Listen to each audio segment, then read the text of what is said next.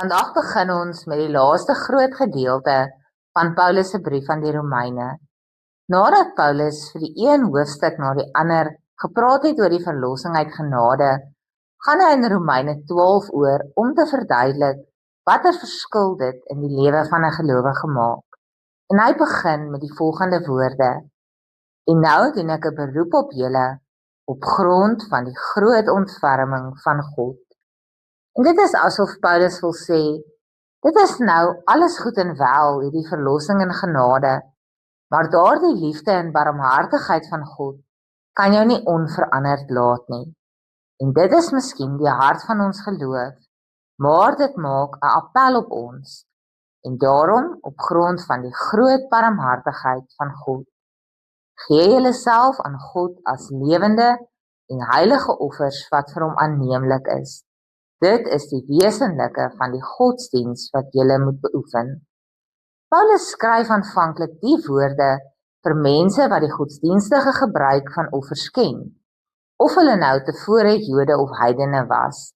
Hulle het verstaan dat om 'n God gelukkig te probeer hou en hierdie God te probeer paai sodat die God jou nie te veel skade moet aandoen nie, jy 'n dier moet neem, om op die altaar moet offer, en daarna spat jy van die bloed op die altaar en verbrand dan die res van die dier.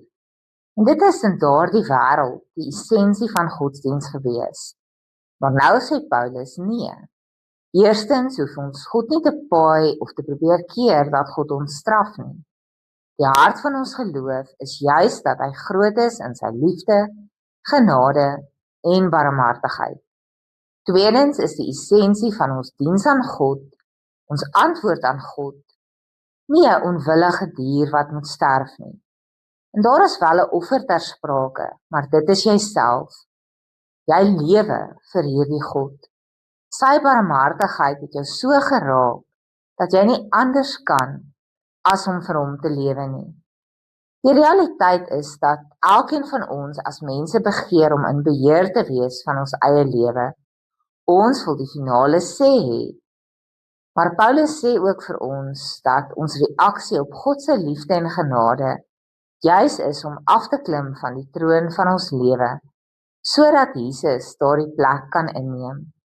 Ons plek is nie op die troon nie, maar op die altaar. Ons is bereid om ons eie agenda en ons eie belange en ons eie voorkeure op te offer, sodat God se wil in ons lewens kan geskied. Dink vir 'n oomblik aan wat vandag vir jou voorlê.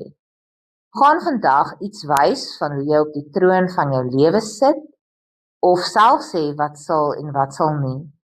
Of gaan jy vandag deur jou keuses, jou denke, jou woorde en jou doen en late wys dat in jou lewe Jesus op die troon sit? Want dit is die wesenlike, die essensie van wat dit beteken om God te dien. Ons gesels volgende keer verder.